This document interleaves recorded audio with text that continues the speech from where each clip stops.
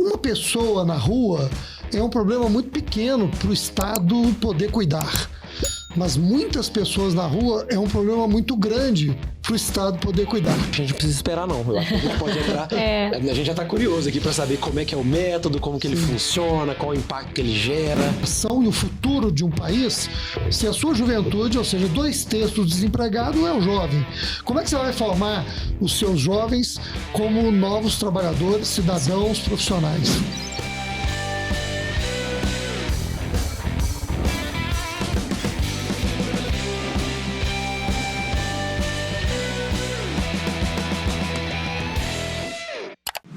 Bom dia, boa tarde, boa noite. Eu sou a Isa. E eu sou o Júlio. E você está? Na Diretoria. O seu podcast sobre inovação, empreendedorismo, gestão, os bastidores das organizações e, é claro, sobre a sua carreira. Pessoal que às vezes se esquece, né, gente? Tem um sininho aqui embaixo para ativar as notificações, para não perder nenhuma novidade dos nossos canais, tá bom? E hoje a gente vai trazer uma pessoa super, super especial, não desmerecendo os que já vieram aqui, né? Mas hoje a gente tem a alegria de trazer o Fernando. A Isa vai apresentar aqui agora pra gente, por gentileza. Então vamos lá. Hoje temos o prazer de receber Fernando Alves, um dos fundadores da Rede Cidadã. Ele é graduado em Ciências Sociais e pós-graduado em Gestão de Pessoas pela UFJF. Fernando tem vasta experiência como professor e atuou em cargos públicos aqui na Prefeitura de BH. Também é terapeuta sistêmico e coautor de uma metodologia para a expansão da consciência. Ele é diretor executivo da Rede Cidadã e do Mandala Instituto. Vamos conhecer mais sobre o seu trabalho e o impacto que ele vem gerando ao longo da sua carreira. E falando de Rede Cidadã, uma organização social sem fins lucrativos, que neste ano completa 22 anos de história e impacto social. A Rede Cidadã promove desenvolvimento humano e social para a integração ao mundo do trabalho, unindo empresas, sociedade civil e poder público. Está presente em 73 municípios brasileiros, atendendo pessoas em estado de vulnerabilidade social. Nestes 22 anos de história, já incluiu mais de 120 mil pessoas no mundo do trabalho. Nossa, hein? Que Parabéns. trajetória. Não, muito interessante e encantador, né? Inspirador. Inspirador ver o impacto que vocês geraram. Mas primeiro, né, vamos receber então o Fernando. Fernando, muitíssimo obrigado por estar aqui conosco. Conta um pouquinho da sua trajetória, de como é que vocês tiveram, né, essa ideia de criar, de fundar a Rede Cidadã, e conta também um pouquinho da organização. Legal, obrigado. Um prazer enorme estar aqui com vocês. Eu acho que vocês foram muito felizes na descrição do que é a Rede Cidadã, especialmente quando vocês trazem que ela articula e cria convergência, colaboração entre os 3 setores: governo, empresas e também os demais organismos do terceiro setor. O que inspirou a Rede Cidadã foi uma consciência de que individualmente as instituições não dão conta do social. Isso é muito importante.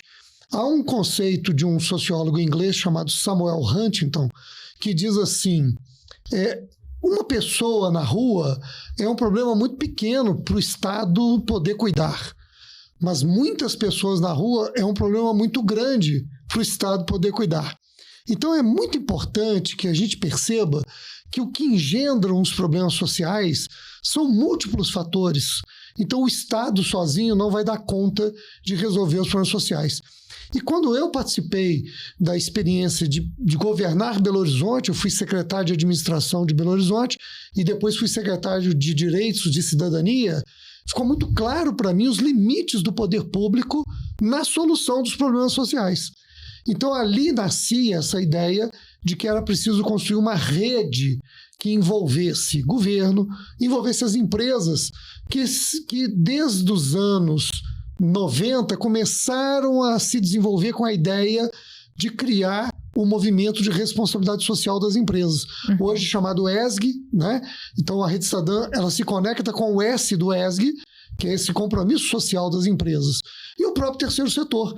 Então, quando nós juntamos os 3 setores, nós então encontramos soluções que também trazem respostas de um engendramento múltiplo para o social. E é isso que gera impacto e gera respostas de, como vocês perceberam aí, uma organização jovem, que vai completar 22 anos, já inseriu no mercado de trabalho quase 130 mil jovens agora. Né? Nós estamos aí para completar 130 mil jovens. E jovens e pessoas em situação de rua, jovens em medidas socioeducativas e também, hoje nós trabalhamos com a população idosa. Eu sou suspeito para falar da população idosa, eu tive uma experiência recente aí, sou apaixonado por essa inclusão também, né? Porque as pessoas mais velhas parece que vão sendo esquecidas pela sociedade, pelo mercado de trabalho também, então é um assunto que muito me encanta. Mas, Fernando, assim, a gente ficou pensando e debatendo aqui antes, né, Isa? E a gente imagina que essa jornada não foi fácil e talvez não seja ainda, né? Esse trabalho, ele é desafiador. Que desafios que você listaria pra gente ao longo dessa caminhada aí que você teve que superar na Rede Cidadã? Quais foram os principais desafios, tanto no início da sua jornada, quanto hoje, né? Assim, quais foram os desafios do passado e quais são os desafios de hoje? E como é que você tem superado esses desafios? Legal. Eu penso que o maior desafio foi trazer gestão para o social, porque a Rede Cidadã tem 22 anos, então há 22 anos atrás, o terceiro setor ainda era muito caudatário, de depender de doações ou privadas ou de doações ou convênios públicos, né? Então era necessário criar uma organização social que conseguisse fazer uma oferta de serviço ao mercado, que esse serviço remunerasse a entidade. Né? Ou seja, para criar ali uma sustentabilidade financeira e vocês não ficarem dependendo somente das doações ou de alguns programas específicos. Exatamente. Legal. Isso, Isa. Era necessário que a gente fizesse geração de valor e que tivesse uma entrega para o mercado, da mesma forma que você tem a entrega social. Porque não basta você fazer o bem se o bem não sabe se sustentar. Então, esse conceito de sustentabilidade, que é também financeira, Sim. Então a Rede Cidadã precisava de se dotar de uma qualidade de serviço e de uma entrega ao preparar o público vulnerável para a vida e para o trabalho. Na Rede Cidadã a gente tem um slogan que é assim: vida e trabalho, um só valor. A gente não separa a vida de trabalho no que se refere a valores. É claro que você tem o tempo de trabalho, tem o tempo de vida, né? O seu tempo que você vai para casa, você não vai trabalhar. Mas os valores da vida e os valores do trabalho são os mesmos. Você não pode ser honesto na vida e desonesto no trabalho. Sim. Né? Você não pode ter compromisso com o trabalho e não ter compromisso com a vida. Então, a gente integra esses valores e foi fundamental trazer a experiência da gestão, e aí eu digo com muita clareza, do segundo setor, quer dizer, nós trouxemos o modelo de gestão privada para dentro do terceiro setor. Então nós fazemos uma gestão profissional, inclusive os projetos sociais nossos, todos, têm desenho de processos, tem indicadores de processo e indicador de resultados, tem metas, tem modelo de gestão de projeto para que você faça o monitoramento tanto da entrega do resultado quanto da entrega do investimento financeiro que foi feito. Então, é um modelo muito profissional que nós adotamos para a Rede Cidadã. E esse foi o grande desafio, fazer a gestão social de maneira profissional. Não, muito legal. E pegando um pouquinho desses pontos que você trouxe, né? Então, processos, possivelmente uma estrutura com papéis definidos, né? Uma metodologia de gestão de projetos. E você trouxe uma coisa de indicadores, né? Indicadores de processos e de resultado ou impacto. Normalmente, quando a gente olha para as organizações ou a gente traz esse tipo de debate, a gente vê as pessoas olhando indicadores que são de esforço, de conformidade, né? Que mostram uma aderência ao processo, a sua performance em relação a executar aquele processo. Mas também é sempre importante a gente olhar o fim. Com certeza. Possivelmente, empregabilidade, vidas impactadas, aquele processo ou aquele projeto gerou qual tipo de resultado? Qual era o impacto esperado? Não é só eu cumprir o método, né? Aquilo que está prescrito, mas efetivamente garantir o resultado. Sim. E ter esse foco desde o começo, né? Porque a gente precisa, ao longo de um projeto, talvez rever rota. Às vezes a gente fez um planejamento que não está gerando aquele resultado, e se a gente fica só olhando se eu estou cumprindo o cronograma, se eu estou executando da maneira esperada, eu esqueço de ver o meu grande foco, que é gerar ou não resultado. Exatamente. Muito legal isso. Isso chegou a ser quase que uma obsessão na fundação da Rede Cidadã. Legal. Porque Por exemplo, nós queríamos trabalhar com a inserção de jovens no mundo do trabalho, porque quando nós fundamos a Rede Cidadã, as pesquisas mostravam que 2/3 da população economicamente ativa, desempregada, era de jovens de 18 a 24 anos. Ora, o que você quer? Como pensar uma nação e o futuro de um país se a sua juventude, ou seja, 2/3 do desempregado é o jovem? Como é que você vai formar os seus jovens como novos trabalhadores, cidadãos, profissionais, não é? Então nós nos dedicamos a isso. Ora, e a gente percebia o seguinte, tinha que capacitar os jovens, mas não basta capacitar. Então, para nós a capacitação, Isa e Júlio, virou o indicador de processo, porque o indicador final é o jovem empregado, Sim. é o jovem gerando renda, sabe? Inclusive assim, nós começamos a ter preocupação de capacita o jovem, ele vai para o banco de talentos.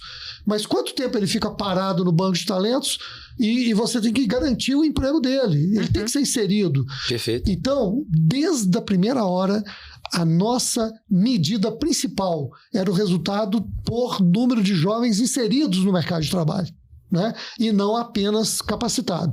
E aí gerou uma outra obsessão que foi assim, nós somos terceiro setor, é ONG, e hoje o terceiro setor já está mais consolidado.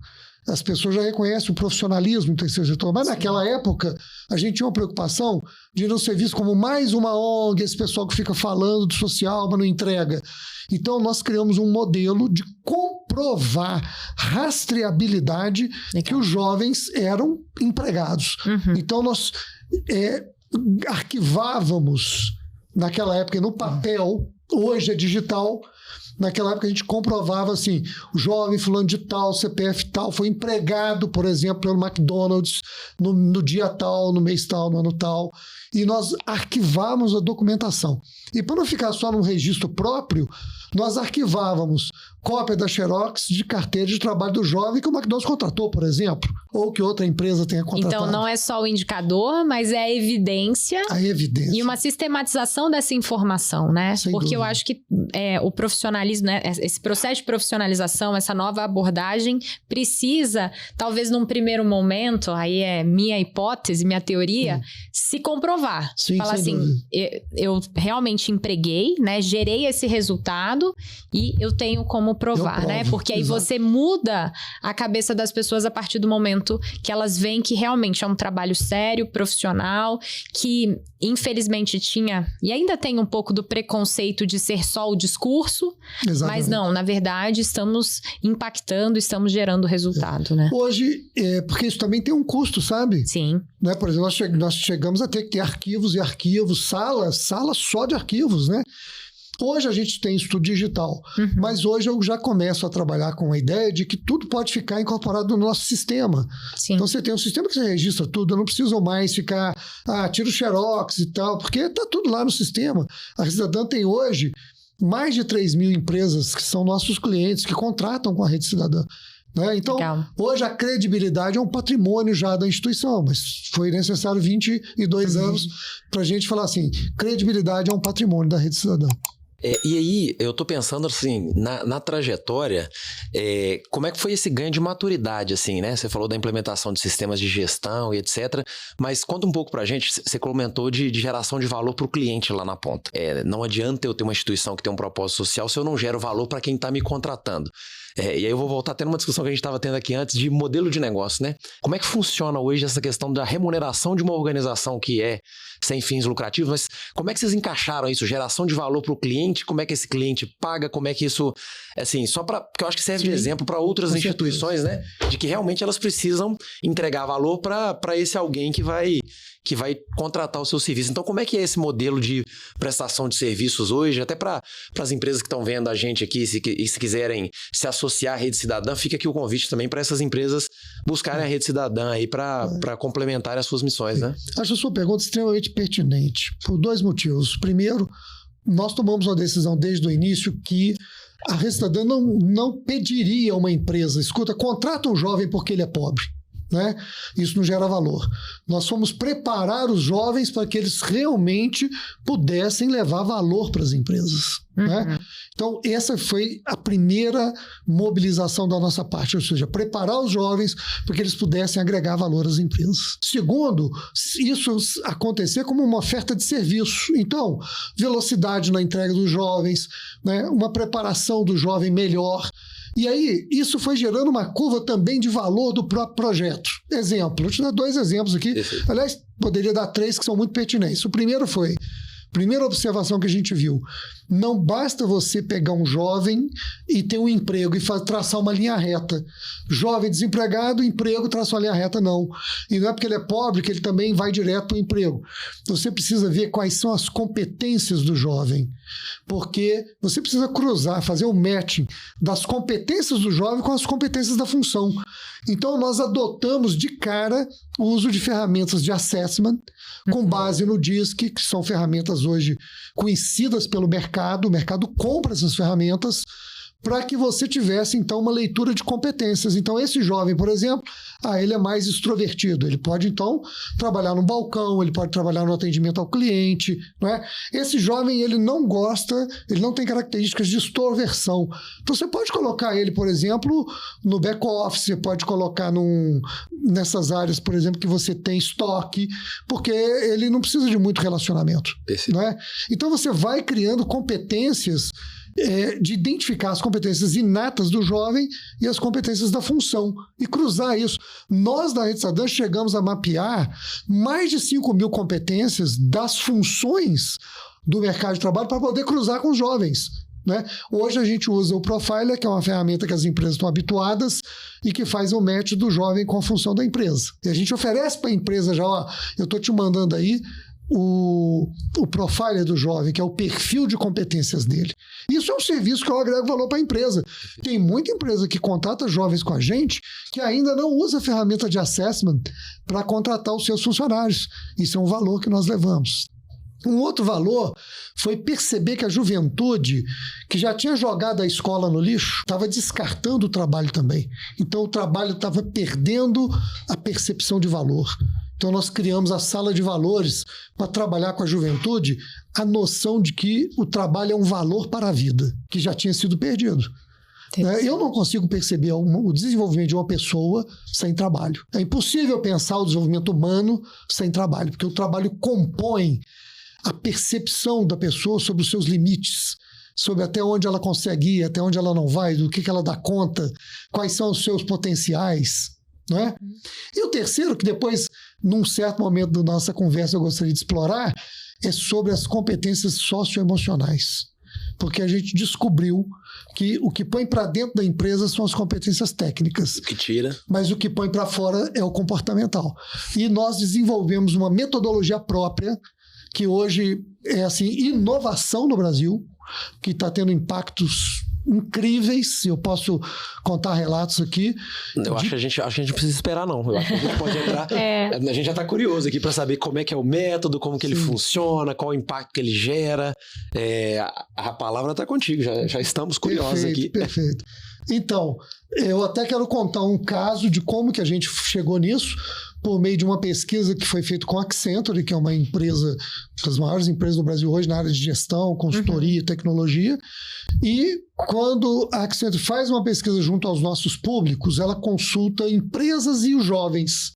E a empresa traz esse chavão, para mim é um chavão já no mundo da gestão de pessoas. O que demite são as competências, a falta de competências comportamentais. E, por outro lado, os jovens diziam assim, o meu problema na empresa é o relacionamento. Meu chefe não gosta de mim, tem um colega que está me perseguindo, tudo comportamental. Né? Então, nós percebemos a importância do autoconhecimento para o jovem. A importância da inteligência emocional, né? Que falando num conceito mais do mundo da psicologia, a inteligência emocional. Então, nós fomos buscar técnicas capazes de gerar um impacto rápido na pessoa de autoconhecimento. Porque se você oferecer algumas tecnologias da psicologia, da psicanálise, são processos muito demorados. Então você tem que gerar um impacto na pessoa rápido, até por causa do custo e também da oportunidade que a pessoa da base da pirâmide social não tem para ficar fazendo um processo muito longo. Ela precisa trabalhar amanhã, né? Ela tem que ter, exatamente, a necessidade do emprego é para amanhã, não é? Então nós desenvolvemos uma metodologia que tem 3 passos fundamentais. O primeiro, resgatar a consciência do corpo. Porque nós estamos num mundo em que tudo é mecanizado e você é retirado da percepção do seu corpo. Não é? Você veja bem, eu gosto demais de dar esse exemplo. É preciso ter uma lei municipal, um vereador levar uma lei, aprovar na Câmara, para colocar na porta de um prédio, ao lado do elevador, dizendo assim: de acordo com a lei municipal número tal, ao abrir a porta, verifique se o elevador está no local. Assim, como assim? A gente entra no buraco do elevador? Entra. Como atravessa a rua sem ver, como vai cortar o tomate, corta o dedo junto, não é? Porque nós estamos num mundo moderno mecanizado. Tem muito estímulo para todo lado. Excesso de estímulo, mas sobretudo de um esvaziamento do estado de presença, porque nós estamos o tempo todo mobilizados pela mente. Então sua cabeça está trabalhando lá na frente, ela está num lugar diferente do seu corpo. Então, como a sua mente está num lugar, o seu corpo está no outro, você entra no elevador, né, sem o elevador estar lá. Percebe? Então, é preciso trazer o corpo de volta. Mas para que trazer o corpo de volta? Para trazer a consciência das emoções. Porque a emoção é uma energia que acontece no corpo. A emoção não é uma ideia sobre emoção. E as pessoas cometem esse erro de trabalhar a inteligência emocional como mais um golpe de inteligência. Não é. Para se atingir a inteligência emocional, é preciso ir ao corpo, sentir as emoções no corpo. E pegando até um parênteses, assim, que eu faço terapia e já falei e falo para todo mundo, eu acho que é muito importante a gente, né, ter essa consciência e também poder falar com um profissional de maneira aberta sobre o que a gente sente. E esse ponto que você comentou me tocou muito, porque a minha terapeuta fala: e o que você está sentindo? Dê nome, nomeie, entenda, porque aí a partir desse momento você sente, entende e consegue trabalhar. Mas às vezes a gente está só com aquilo na cabeça, não dá tempo ao tempo, não nomeia, não compreende e aí não consegue agir. Muitíssimo interessante. Isso que você trouxe é a terceira dimensão, que é um pensamento de qualidade que aprende a nomear a energia da emoção. E olha que curioso, a gente usa técnicas de respiração para mostrar para as pessoas como que ela, então, poderá gerenciar suas emoções. Porque você não gerencia a emoção porque você tem um pensamento assim: agora eu mudei de ideia, eu vou ter outra emoção. Isso não funciona.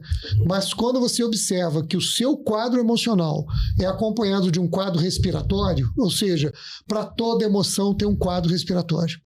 E a respiração é uma das poucas atividades fisiológicas que nós podemos influir sobre elas. A gente dá o comando, né? Dá o comando. Não, eu achei engraçado porque no início do episódio aqui, contando uma história rápida, eu e Isa temos um pacto aqui, né? Que toda vez que a gente entra aqui no estúdio e senta nessa mesa, todas as preocupações e essas antecipações ficam para fora, assim. A gente realmente tem um compromisso de estar presente nesse momento aqui para dar tudo que a gente tem nesse momento. Então, sim, a gente já desliga a rede social, desliga o WhatsApp, sai de tudo. Ótimo. E quando a gente foi começar a gravar aqui hoje, só dando um depoimento pro pessoal que tá escutando, eu percebi a reação que o Fernando teve quanto antes da gente começar a gravar, eu dei uma respirada funda, tipo assim, aterrisei aqui, tô nesse lugar, sabe? Que eu acho que é um pouco disso. Eu olhei pro Fernando na hora, ele olhou e falou assim: agora chegou. Agora aqui. Chegou. A gente tem uma prática que a gente ensina os jovens, que são os nossos jovens aprendizes, que a gente tem um programa de jovem aprendiz, que é um dos nossos principais programas, e a gente ensina o jovem a fazer check-in e check-out. O check-in é como é que você chega? É uma pergunta para exatamente te trazer para o estado de presença. Porque quando eu chego e eu observo, não, eu estou ansioso, ou eu estou com alguma angústia, ou eu estou com alguma coisa que eu não resolvi antes, aí eu não consigo entrar no estado de presença. Então eu preciso nomear o que sentimento é esse que me trouxe aqui agora, para eu exatamente separar. Não, agora eu não vou cuidar desse sentimento aqui. Mas quando eu nomeio, eu tomo posse dele. Quando eu compreendo a respiração, eu tomo posse da emoção. Né? Porque é isso que eu digo. Estava te contando a coisa pela respiração você consegue fazer a gestão. Você não fala para o seu rim assim, eu tomei aqui um chopp, acelera aí depressa para eu poder ir embora para casa e já não ter mais efeito do chopp que eu tomei. Não. Tem um tempo para o seu rim processar o seu chopp. Você não acelera. Você não acelera o seu fígado e diz assim, aumenta as enzimas aí que eu quero processar depressa aqui a alimentação. Não é? Mas você pode mudar a sua respiração conscientemente. Por exemplo, você está tomado por uma raiva, a raiva ela gera uma respiração mais ofegante, ela acelera a respiração, ela joga a sua energia para as extremidades. Se você percebe isso no seu corpo, você então toma uma decisão, eu vou fazer uma respiração profunda. Então você começa uma respiração profunda, uma segunda, com 10 respirações profundas. Se acalma. Você muda a energia química que a raiva jogou no seu corpo. Você muda. E é um fenômeno, né? Sabe quando as pessoas no popular dizem assim, conta até 10? Sim. Contar até 10 é o tempo de 10 respirações. Entende? Então é muito incrível como que você pode sair de um quadro de depressão se você aumenta o seu quadro respiratório. Então, a respiração, ela é muito poderosa na nossa vida. E ensinar isso para as pessoas da base da pirâmide é muito mais do que você oferecer aí 1 ano, 2, 3 anos de análise. Né? Ela aprende rápido e ela toma posse do seu corpo, posse das suas emoções, posse de nomear as emoções que está vivendo. Então, para resumir para o pessoal, os 3 passos aí que fazem parte do método Rede Cidadã para treinamento de habilidades socioemocionais. Socioemocionais. Bom, você pegou, né? É o passo de tomar posse do corpo, que a gente perde. Então, tome posse do seu corpo. Como é que você toma posse do seu corpo? Quando você entra no estado de presença pela respiração. Observa a sua respiração agora, nesse momento. Onde está o seu pé? Observa como você está sentado. Vai para o lugar de observar que você toma posse. Isso é um diálogo incrível, porque ao observar a si mesmo, você toma posse de si mesmo. Né? Então, posse do corpo, posse da emoção por meio de posse da energia e da respiração. E aí você então vai nomear o seu estado. Aí você ganhou todas as condições de fazer a sua gestão emocional. Fora isso, não tem gestão emocional. Não tem inteligência emocional. Outro dia eu vi uma pessoa dizendo assim, não, inteligência emocional é o seguinte, isso é um palestrante falando. Se você sabe que tem um tema que te irrita, você não pode tratar desse tema de tarde. Você tem que tratar de manhã. Você tem que pôr esse tema na primeira hora da manhã. Por quê? Porque de manhã você acordou, você está mais forte, mais resistente. Então você tem energia para controlar aquele tema que te irrita. Já às 5 horas da tarde, você já está cansado, você não vai conseguir controlar. Me desculpa, mas isso é uma besteira. Né? Você controla um tema que te irrita quando você compreende o tema, quando você sabe nomeá-lo, quando você aceita que aquela irritação está dentro de você. E isso vem com a tomada de consciência do estado de presença. Uhum. Entende? E é isso que faz a mudança e faz você ser gestor da sua inteligência emocional. Portanto, não é um golpe mental, mas é um diálogo entre pensamento, sentimento, emoção e corpo. Foi uma aula aqui, né? Muito, muito bom. Mas eu queria puxar um outro gancho que eu acho que mostra, assim, talvez o sucesso, né? Traz um pouquinho também do sucesso que vocês tiveram. É essa sabedoria de entender quais as competências ou necessidades que aquele cargo, que aquela função, que aquela vaga tem e quais são, talvez, os jovens que detêm o perfil necessário, né, aquelas competências necessárias para essas funções. É esse assessment, né, que é essa análise, esse entendimento das competências e do perfil daquele jovem para conseguir trazer uma função ou sugerir, né, essa junção que talvez seja mais frutífera. Porque também não é só gerar empregabilidade, né, não é só gerar o primeiro emprego, mas é como ele se mantém dentro daquela carreira e cresce também, né? Então, acho que é um ponto também muito importante, porque às vezes a gente vê Muitas empresas com alta rotatividade têm vários motivos, não estou falando que é só esse, mas se você faz um bom processo seletivo, se você entende a natureza daquele cargo, né, que você tem a vaga aberta, e também o perfil necessário para preencher esse cargo, maior a sua chance de sucesso, né? Sim, a gente chamou isso de colocar a pessoa certa no lugar certo. Simples assim. O problema é que os projetos sociais, às vezes, trazem isso que eu chamo de uma linha reta. Você é pobre, tem emprego, vai trabalhar. Aí não dá certo. Né? É pobre, sim, mas ele é gente, ele tem certas competências e não tem outras. Eu, por exemplo, eu já fiz curso de Excel, mas se você me colocar para trabalhar com planilha de Excel o dia inteiro, eu vou pedir demissão. Sabe? Assim, porque não vai funcionar. Eu fico pensando, porque eu tinha essa conversa com o meu time, que eu acho que essa questão do sou pobre, e aí talvez a gente tenha que ensinar as pessoas a mudarem entender que isso é um estado, né? E que isso pode ser mudado também. Com certeza. Porque eu sempre falava na empresa assim, você está num cargo, você está numa posição, você está num lugar. Não é que você tem que ficar ali a vida toda. Exatamente. Então assim, você não é pobre. Você está pobre. Você está pobre, mas você é capaz de mudar a sua realidade amanhã, assim. Eu acho que é esse o ponto, assim. E na carreira também, assim.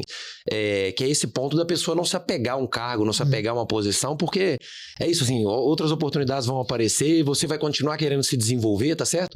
E aí, dentro dessa lógica, eu até queria perguntar um pouco nesse contexto que a Isa colocou, que eu entendo que a Rede Cidadã faz um processo, vamos dizer assim, vou chamar aqui de uma conexão do profissional com a empresa para entender e encaixar o profissional numa primeira posição, mas vocês trabalham depois, ao longo dessa jornada de carreira do jovem, é isso assim, vocês param, não, o jovem está empregado no McDonald's, foi o exemplo que você deu. Vocês param aí ou tem um trabalho para ser feito ali na continuidade da jornada dele? Sim, maravilhoso isso. Essa foi talvez a última mudança da metodologia que a gente fez, que foi o acompanhamento pós-contratação. Porque é essa fase de adequação do jovem e também das pessoas em situação de rua. E a gente aprendeu muito com as pessoas em situação de rua. Olha, eu vou falar com orgulho aqui, mas assim, não é com, vamos dizer assim, com a vaidade nem a arrogância. Mas a Rede Cidadã no Brasil é a organização que mais inseriu pessoas em situação de rua no mundo do trabalho. Nós já superamos o número de 3.000 pessoas que saíram das ruas e estão trabalhando.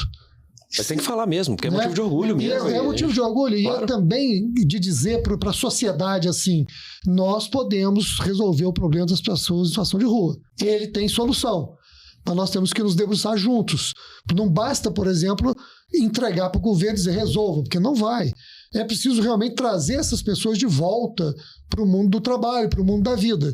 E, diferentemente do que eu disse antes, e por isso que eu falei naquela pergunta sua, né, que valor gerar, e que eu disse, a gente nunca pediu à empresa para contratar um jovem porque ele era pobre. A gente gerava valor nele para ele gerar valor na empresa. Na verdade, é ele que vai para um processo seletivo e prova para a empresa que ele é a melhor escolha para a empresa. Sim. Eu acho que esse é o ponto. Assim. Esse é o ponto. Você não está pedindo favor, você está, na verdade, entregando um bom candidato que vai participar de um processo e ele vai ser o candidato escolhido porque ele tem as melhores competências e habilidades para aquela função. Esse é o ponto. Mas quando nós falamos de pessoas em situação de rua ou de jovens de extrema vulnerabilidade, a gente precisa sim de uma decisão consciente da empresa de flexibilizar um período de entrada dele na empresa para ele poder se resgatar. Porque muitas vezes, por exemplo, uma pessoa, quantas pessoas nós já empregamos que tiveram 5, 6 anos de rua? A pessoa não tem mais a noção do que é o tempo corporativo. É um detalhe que a gente não para pensar. Uma pessoa de rua, a noção de tempo dela é diferente de uma pessoa que tem que bater o ponto às 8 horas da manhã na empresa, por exemplo, né, ou mais cedo, e tem que bater o ponto de saída às 18 horas ou 17 horas que seja. Entende? Então, esse aprendizado da pessoa, ela exige um cuidado de adequação da pessoa ao mundo do trabalho.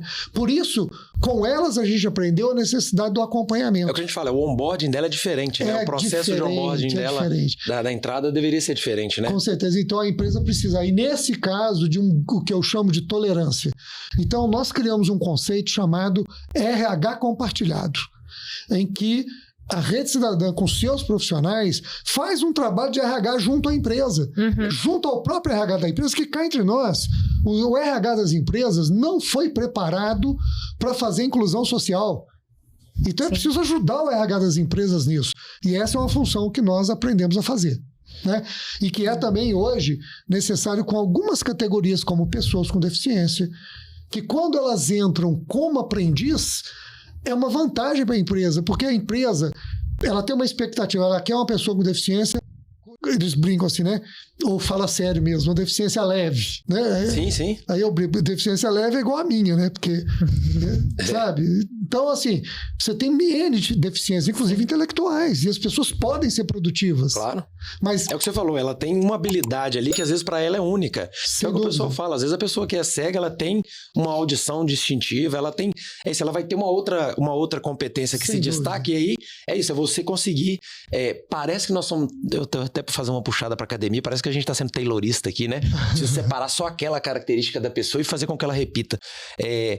Mas não é isso, assim, eu acho que é o ponto da gente explorar de fato quais são as fortalezas daquela pessoa e o que você falou, a pessoa certa no lugar certo. E também ir formando ela, né? Porque a gente fala muito isso nas empresas também que a gente já trabalhou, sobre quão importante é você e às vezes a academia, as universidades, né? E os programas de estágio, porque sim, ele traz a inclusão no mundo de trabalho daquele estudante, mas também você consegue achar diamantes brutos que conseguem serem lapidados e que serão talentos no futuro. Mas você precisa desse momento de trazer para perto, mostrar o que é o mundo do trabalho, a dinâmica, a rotina, as habilidades, os conhecimentos. E aí, com isso, a pessoa também vai se desenvolvendo, né? Exatamente. Então, ele não chega pronto, né? Eu diria assim, já estamos prontos. Né? Ninguém tá pronto. Vamos ser verdadeiros, é uma certeza que eu tenho na vida. Sabe? Quantas coisas nós temos ainda que aprender e agora com a tecnologia, com a inteligência artificial, com tanta mudança, o que significa estar pronto? Não é? E aqui, quer também dizer uma coisa muito importante aqui para nós, com toda clareza.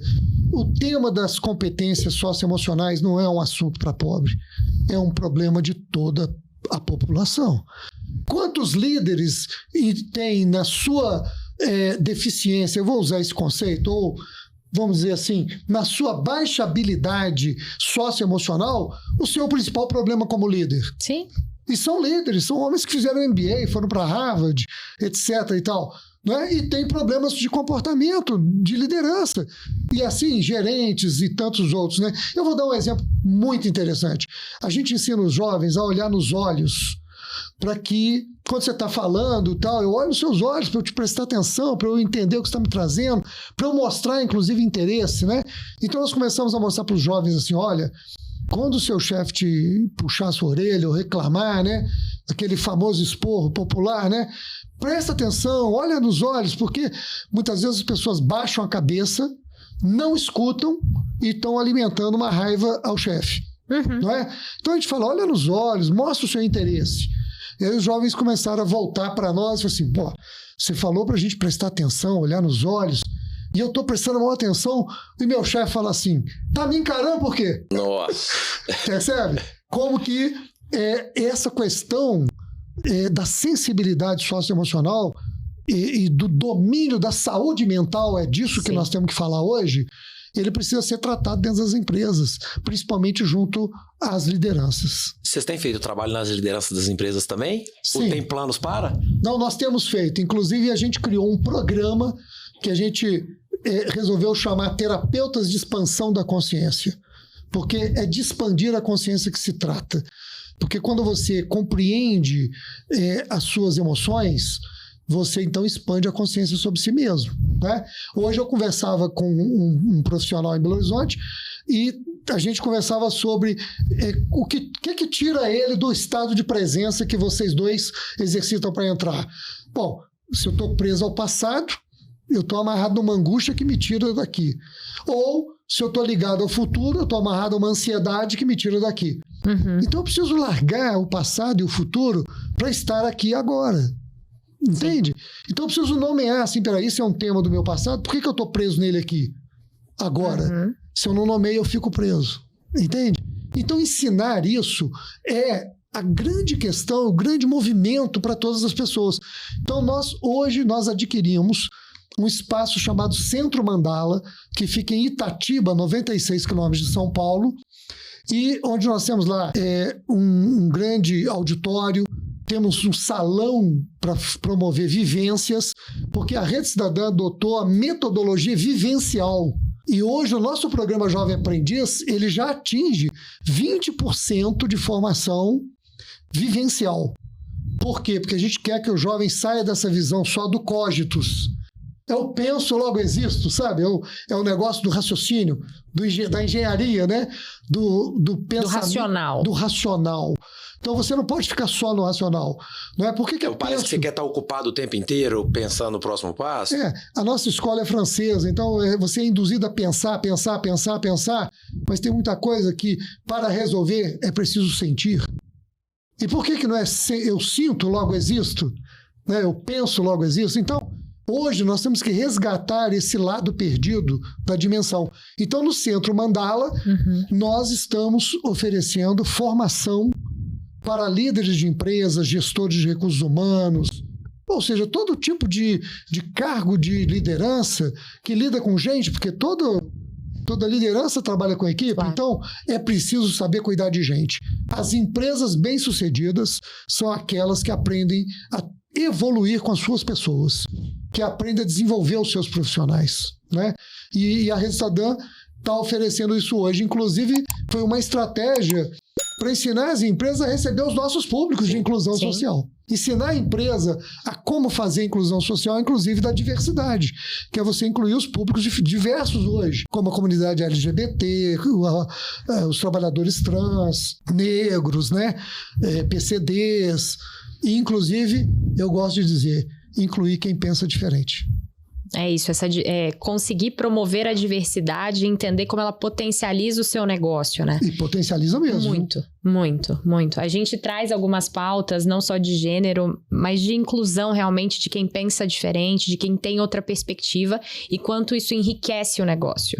Às vezes pode trazer um pouco mais de complexidade, tá? Não é um consenso. As pessoas não vão pensar igual. Não, dá mais trabalho. Dá, com certeza. Mas o resultado é melhor, fato. É muito melhor, né? E como é que a gente começa a pensar até a estratégia de posicionar essa diversidade como referência, né? Em posições de liderança, para as pessoas verem também que é possível alcançar. Eu acho que a gente começa a matar a diversidade lá na base, né? De não mostrar que realmente essas pessoas conseguem sentar à mesa, elas conseguem dialogar e serem referência.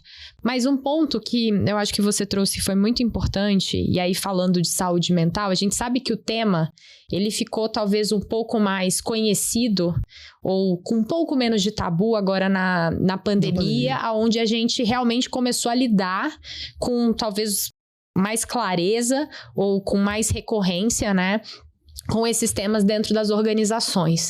E um ponto que foi bastante interessante na empresa que eu trabalhava, a gente começou a ter uma série de iniciativas, era porque o líder, normalmente o líder foi aquela pessoa que foi executando bem as atividades técnicas, foi tendo um bom desempenho, ganhando mais responsabilidade, conseguindo entregar, né, normalmente em alta performance, e daqui a pouco veio uma carga gerencial, né? O próximo passo, talvez natural, foi ter uma posição gerencial de liderança. E não necessariamente ele foi formado para isso, né? Exato. E ele precisa adquirir essas competências ao longo da trajetória. E a partir do momento que você está lidando com pessoas, você precisa ter essa sensibilidade, você precisa, inclusive, saber como identificar, como tratar, como trabalhar, como suportar, ajudar o seu time.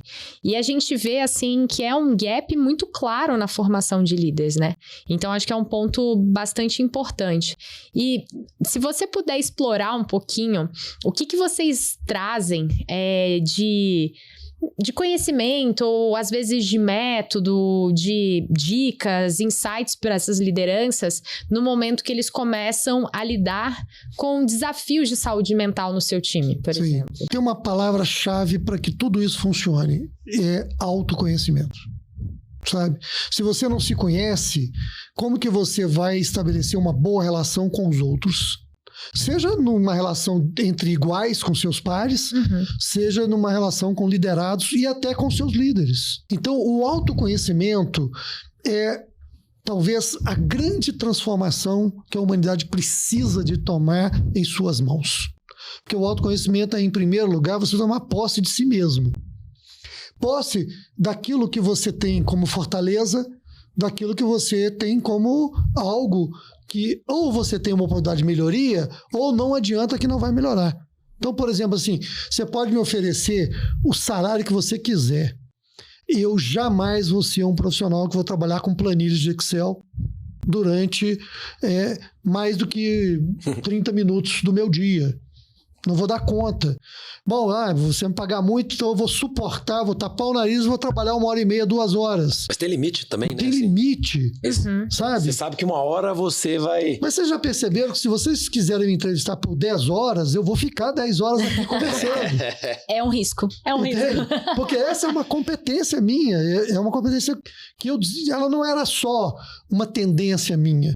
Porque eu tive que aprender a usar a linguagem, eu tive que aprender um português qualificado, eu tive que aprender como falar, como pensar enquanto eu falo, como escutar o que eu falo. Então a gente desenvolve as nossas competências, mas todas elas têm limite. Então, o autoconhecimento, Isa e Júlio, é a grande charada que as empresas precisam desenvolver e associada às ferramentas disponíveis. As ferramentas de acesso não existem. Né? Então, assim, hoje... Não tem alguma gratuita aí que a gente já possa indicar para o pessoal entrar agora, assim, a liderança que já quiser fazer o exercício de autoconhecimento, ela já entra e já sai com um diagnóstico de perfil lá para ela mudar de postura amanhã? Então, eu acredito até que tem algumas coisinhas que a gente possa usar que seja gratuito e que sejam mais simples. Mas as boas ferramentas hoje, elas têm um custo, são ferramentas que estão validadas e que, inclusive... elas vão sendo ajustadas porque a humanidade vai se desenvolvendo também. Então, quanto mais você aplica a ferramenta, a inteligência vai melhorando e aprimorando a ferramenta. Então, eu acho que vale a pena fazer o investimento. E as empresas podem incluir isso no seu modelo de negócios. Né? A Rede Cidadã conseguiu... Eu fiz uma parceria com a Solids, que é uma empresa que me permite aplicar...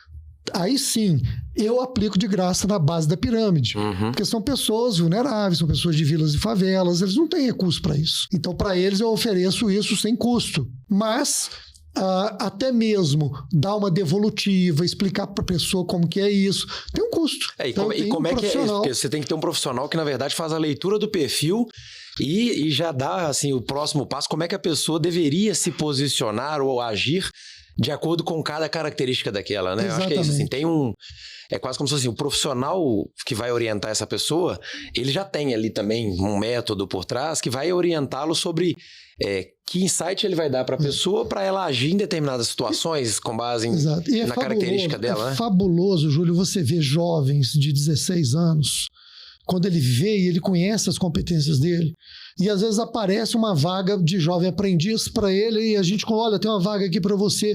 Ele olha e fala assim, não, mas eu pensando bem, acho que as minhas competências não são tão as melhores para essa vaga. Eu vou esperar a próxima. Isso é magnífico, porque a própria pessoa é aquela que precisa se autoavaliar e dizer, não, eu vou nesse caminho. Eu já errei com isso, por necessidade, assim, não, eu tenho que manter meu salário, eu tenho que manter tal renda, então eu vou suportar isso aqui por mais um tempo. Mas o caminho é curto, né? Assim, é curto e ele leva ao adoecimento, que é o que você puxou esse tema pela saúde mental. Que eu, inclusive, gostaria muito que a gente aprendesse a falar saúde emocional, porque o mental joga de novo pro pensamento. Mas aqui a saúde mental precisa ser percebida como aquele diálogo que você tem entre o seu pensamento e as suas emoções, o seu corpo, né? Nesse sentido. Fernando, tem alguma história recente assim que te marcou assim profundamente, alguma transformação que vocês fizeram que você poderia compartilhar? Assim, é isso, assim, eu fico pensando nas 120 mil vidas e eu imagino que... Quase 130, hein? Que algumas tenham marcado muito você, assim, e eu não sei se tem algum caso que a gente poderia trazer aqui, acho que para tentar tangibilizar para a audiência o que realmente é o trabalho da Rede Cidadã lá na ponta, né? Sem dúvida. Não, eu tenho casos, assim, incríveis para contar e eu vou até trazer 2 exemplos aqui de um público mais vulnerável, que são as pessoas em situação de rua. Nós tivemos um senhor que até foi a pedido da Fundação Dom Cabral, tinha um grupo de alunos de MBA em São Paulo e queria visitar o nosso projeto. Então nós levamos os alunos do MBA para visitar o projeto num abrigo onde essa pessoa ela dormia, porque a pessoa em situação de rua, ela tem que sair da rua, tem que ter um endereço, tem que ter um lugar para dormir, porque inclusive ela vai trabalhar no dia seguinte, tem que ter um lugar para guardar roupa, tomar banho, essas coisas. E aí, na hora que eu cheguei com o grupo da Fundação Dom Cabral, e eles sentaram a uma mesa ali no abrigo, estavam chegando pessoas, por coincidência, voltando do trabalho.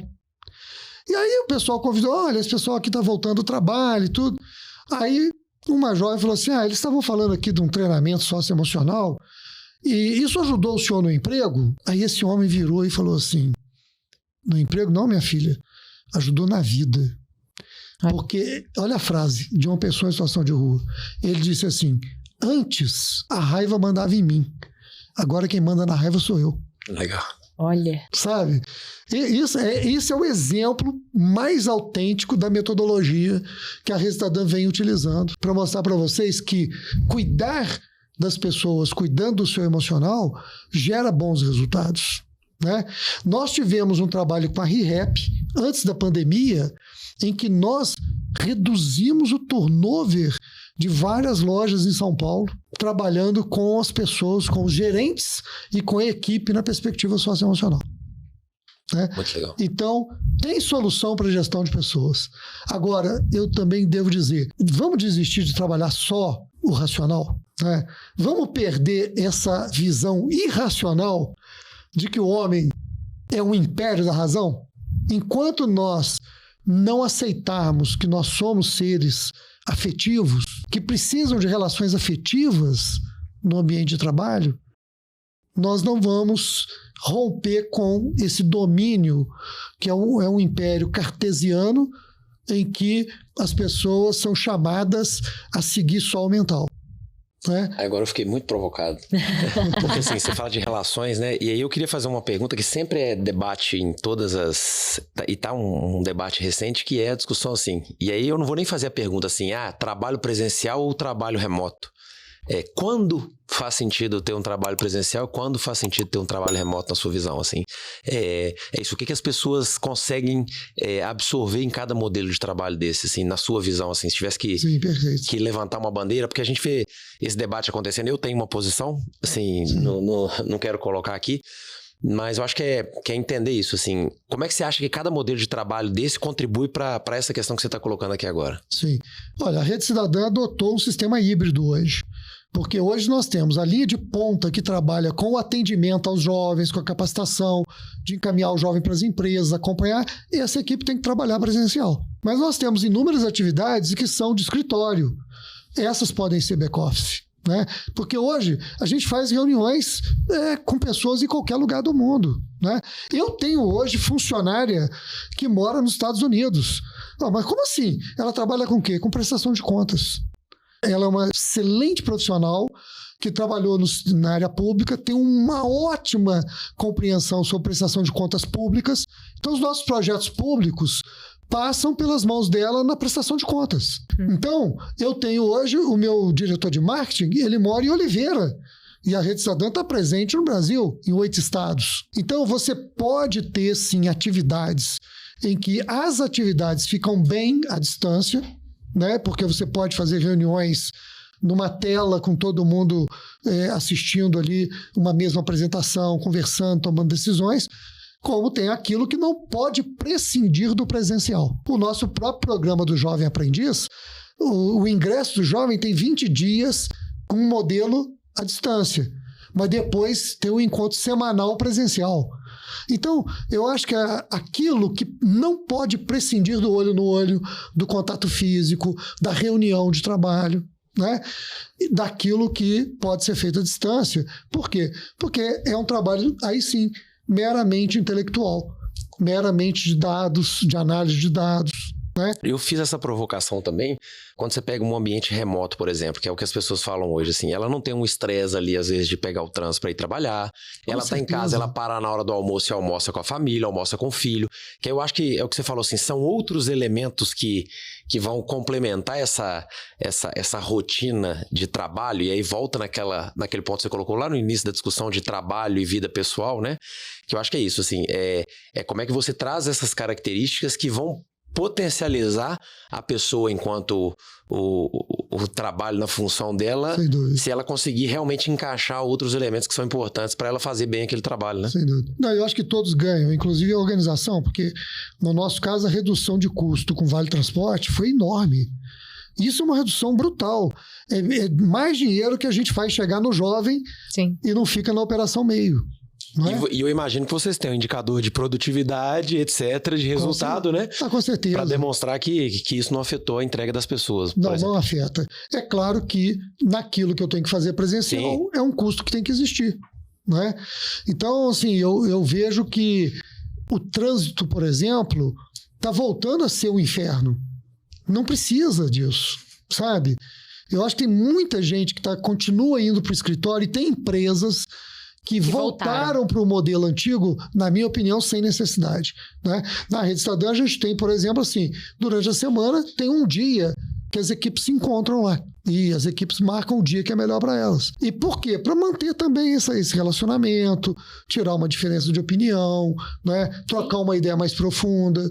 Então, assim, a gente tem muita oportunidade de melhorar as condições de vida e trabalho. Não, e acho que pegando um pouco a tecnologia, né, um gancho aqui, a tecnologia, ela nos ajuda a promover essa transformação, né? Ela foi crucial, requisito básico para a gente conseguir, né, continuar operando, né, sem dúvida, no momento de isolamento, né, da pandemia, mas agora ela também abriu, eu acho que, caminhos muito interessantes para a gente explorar dentro das organizações. Sem dúvida. E você comentou sobre algumas ferramentas que vocês utilizam na Rede Cidadã e como a tecnologia tem potencializado o trabalho de vocês. Comenta um pouquinho como é que é esse dia a dia, quais são essas ferramentas, o que a tecnologia também tem expandido enquanto horizonte para vocês. Sim.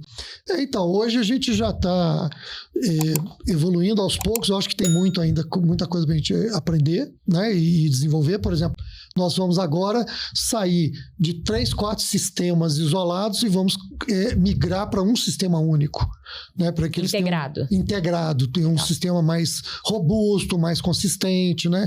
Estamos trabalhando com a TOTOS, que é uma empresa que vai nos ofertar esse modelo de um sistema mais integrado. Mas, por exemplo, uma coisa que é uma das soluções tecnológicas e que foi a pandemia que nos obrigou a descobrir, porque até a pandemia, a Rede Cidadã não tinha uma plataforma de ensino à distância. Aí veio a pandemia e a coisa mais impressionante, em 15 dias nós passamos a ter. Aquilo que a gente não sabia como fazer, em 15 dias a gente escolheu o modelo, foi para trás, né, contratamos pessoas e começamos a operar. E começou a operar e na medida em que foi entrando os conteúdos aos poucos, foi operando mais. Então hoje nós temos uma plataforma que é uma excelente plataforma de educação à distância para atender os nossos programas, não só do Jovem Aprendiz, porque sempre tem formações complementares hoje, mas também tem uma parte que a gente pode fazer só à distância, né? Legal. Como a gente tem também a formação de cursos específicos para quem vai para o emprego direto, porque você tem a aprendizagem é um programa específico do Jovem Aprendiz e tem o emprego direto, que é a pessoa que é capacitada para ser empregada. Fiquei com uma dúvida aqui. Sim. Como é que você dá acesso para uma pessoa vulnerável para a sua plataforma, por exemplo, de educação, assim? Porque eu acho que eu fiquei imaginando que tem esse desafio, assim, se a pessoa está em situação de vulnerabilidade, como é que ela acessa esse conteúdo? É isso, assim, onde é que tem um ambiente? E aí não é só se conectar, né? Onde é que ela tem um ambiente que ela consiga se concentrar ali para conseguir fazer esse curso? Legal, bacana. Então, durante a pandemia, a gente foi obrigado a comprar notebooks e emprestar para o jovem, para ele levar para casa e para ele acessar de lá. Inclusive, teve muitos jovens que, além de ofertar o computador, nós tivemos que dar um chip. A conectividade. Da conectividade, para ele, um modem, né? Para ele poder acessar. Então, assim, e não foi pouca coisa, não. Nós chegamos a comprar 100 equipamentos para ir formando turmas, e aí encerra uma turma, começa outra e tal, para que os jovens pudessem participar da continuidade de um programa de formação para o mundo do trabalho durante a pandemia. Hoje, a gente já teve uma evolução muito grande porque muitos jovens conseguem acessar dos seus celulares e também a internet se tornou mais acessível. Mas ainda é um problema, sim, Isso eu devo te dizer claramente que ainda é um fator de exclusão. E nós poderíamos hoje ter um atendimento muito maior se a base da pirâmide social tivesse mais acesso à tecnologia. Porque ali você ganha escala, né? Com o mesmo custo ou um custo marginal, Sim. Você consegue acessar muito mais vidas. Sem dúvida, se os jovens pudessem participar mais, né? Mas tem um problema que eu preciso destacar isso, sabe? Porque senão a gente erra. Não é só hoje um problema de ofertar tecnologia. Porque, pasme, nós estamos precisando ofertar relações de qualidade. Presta atenção nisso, que isso é importante. A família está vivendo um certo esgarçamento, né? Os pais já não são tão referência para os jovens como os nossos pais foram. Então, a gente precisa de oferecer para os jovens relacionamentos mais qualificados. Pessoas que sejam referência para eles. Porque na nossa época, né, eu estou com 62 anos, né? Então eu tive vários colegas de escola, amigos, que eram referência para mim, professores, né? E familiares. E hoje, a juventude está muito sem referência. E aí eu sou obrigado a dizer referência de qualidade. Né? Pessoas que se dedicam, né? Pessoas que leem, que estudam, pessoas que são bons conselheiros. Então, eu queria que as empresas que são investidores em projetos sociais pensassem sobre isso. Estamos num momento para tirar o Brasil dessa curva ainda de uma taxa de miséria muito grande. É preciso ofertar a convivência de referências. É preciso ofertar o presencial, sabe? Uma convivência com educador social, com assistente social, com psicólogos que convivam com essa juventude, com essa população em situação de rua, para que a gente resgate a referência de humanização. Não, super legal. A referência de valores, né, de como que você lida com gente. Não, muito bom. É um aprendizado e tanto. Eu acho que a gente podia passar, então. Vamos? Bora? A gente tem um quadro, né, que chama Bibliotexe.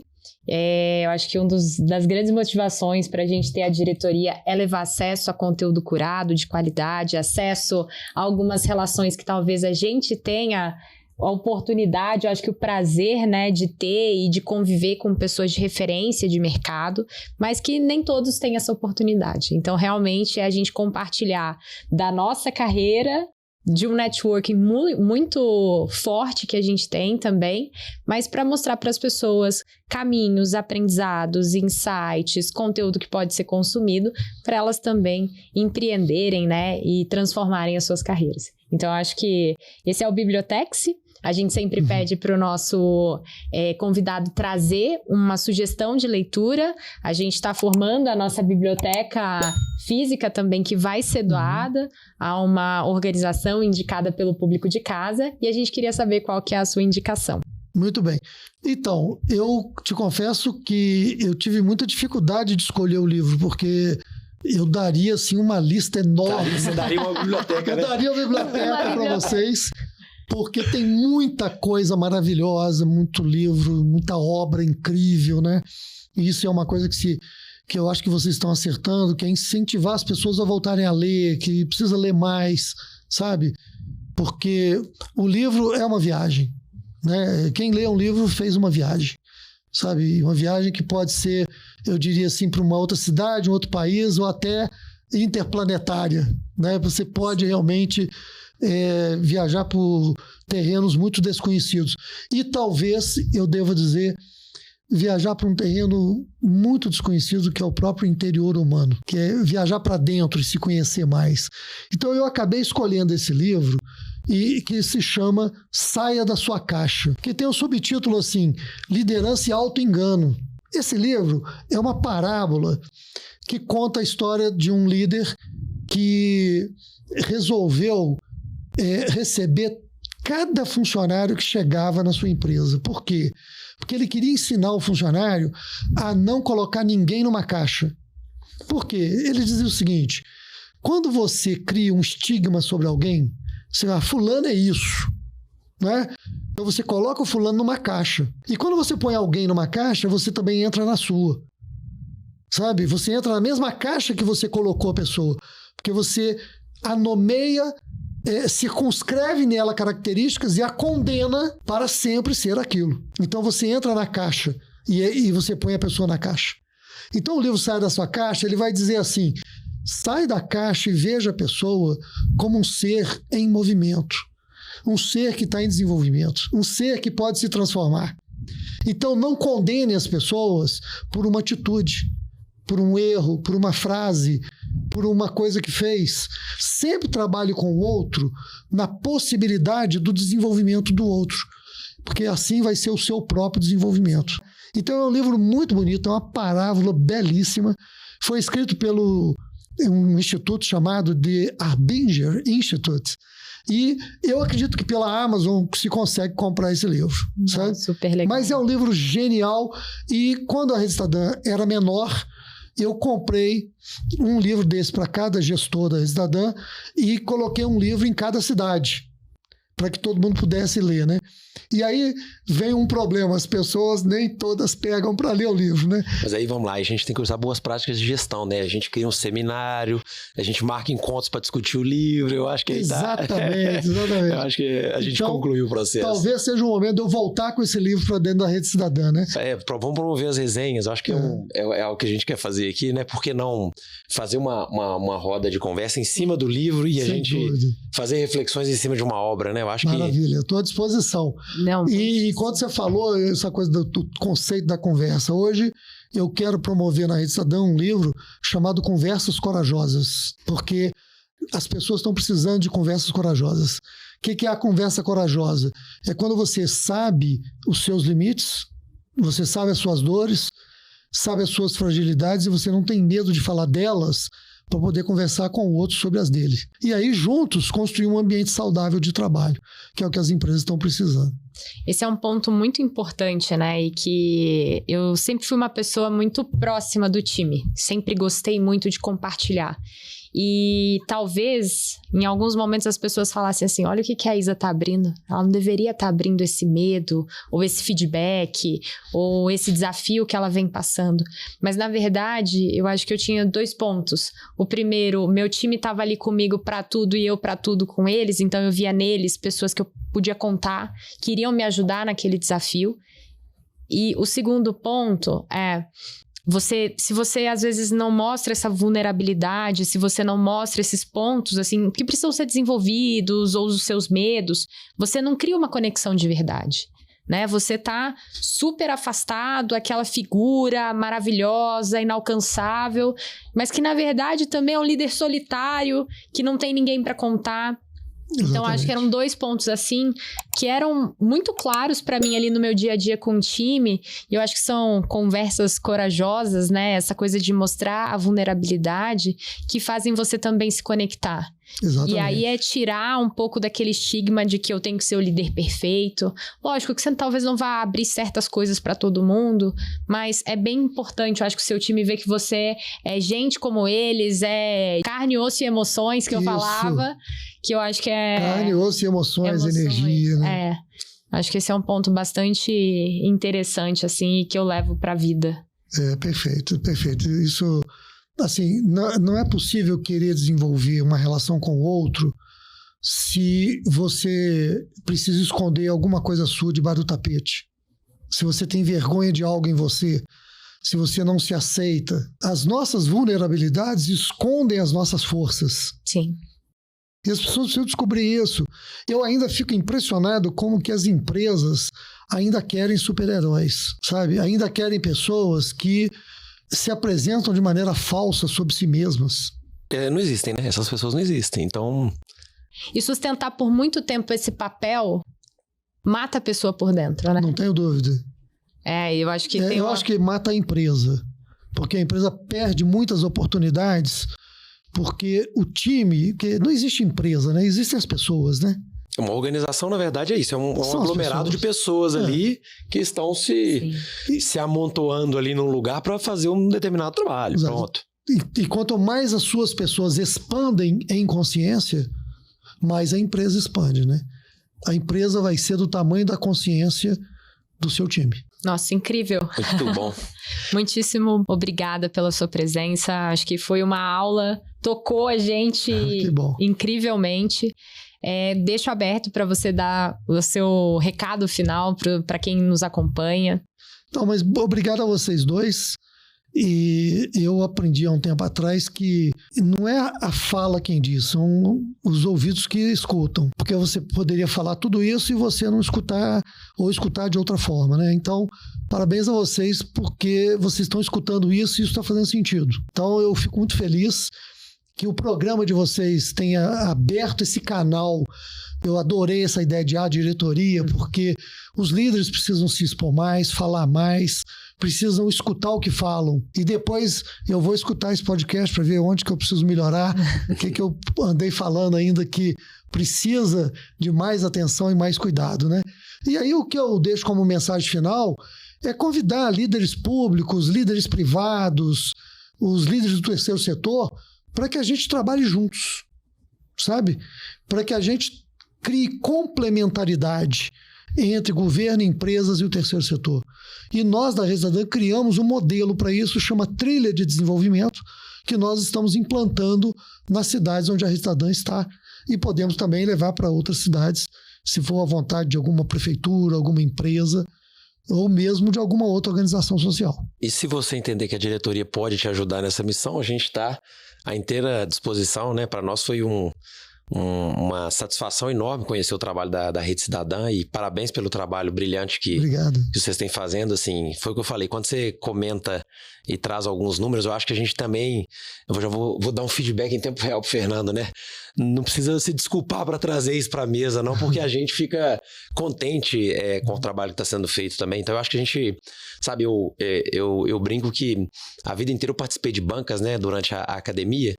E eu sempre tive esse ponto de, sabe, tentar justificar muito o que você está fazendo, tentando construir. Eu acho que a gente precisa ser mais direto mesmo para aquilo que deve ser dito, que deve ser falado. Então, fica aqui essa mensagem para o público também, assim, eles precisam conhecer a Rede Cidadã na essência, sem filtro, porque o trabalho é bonito, o trabalho gera impacto lá na ponta, é isso, assim, é um público que poucas pessoas estão olhando, então, realmente, assim, não precisa ter filtro, não, pode ser uma conversa super sincera e aberta, e parabéns pelo trabalho mesmo, Fernando, assim, obrigado por presentear a gente aqui com seu conhecimento, a gente fica super grato aqui com a sua participação.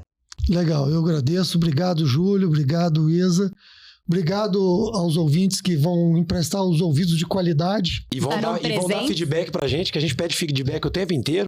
Então, qualquer plataforma que tiver feedback nos comentários, a gente adora receber feedback, assim, faz parte do nosso crescimento. Legal, e vamos juntos. Eu acho que nós podemos, sim, trocar ideias e criar convergências. A humanidade está pedindo isso. Trabalhem juntos por um mundo melhor. Não, muito bom. Então, a gente fica por aqui. A nossa pauta de diretoria acabou. Compartilhe, curta, ative as notificações. A gente fala, né? O nosso podcast, ele não acaba por aqui. Tem muito conteúdo rico sendo gerado. E até a próxima reunião. Até, pessoal. Obrigado. Obrigado, Fernando. Obrigado a vocês. Obrigada.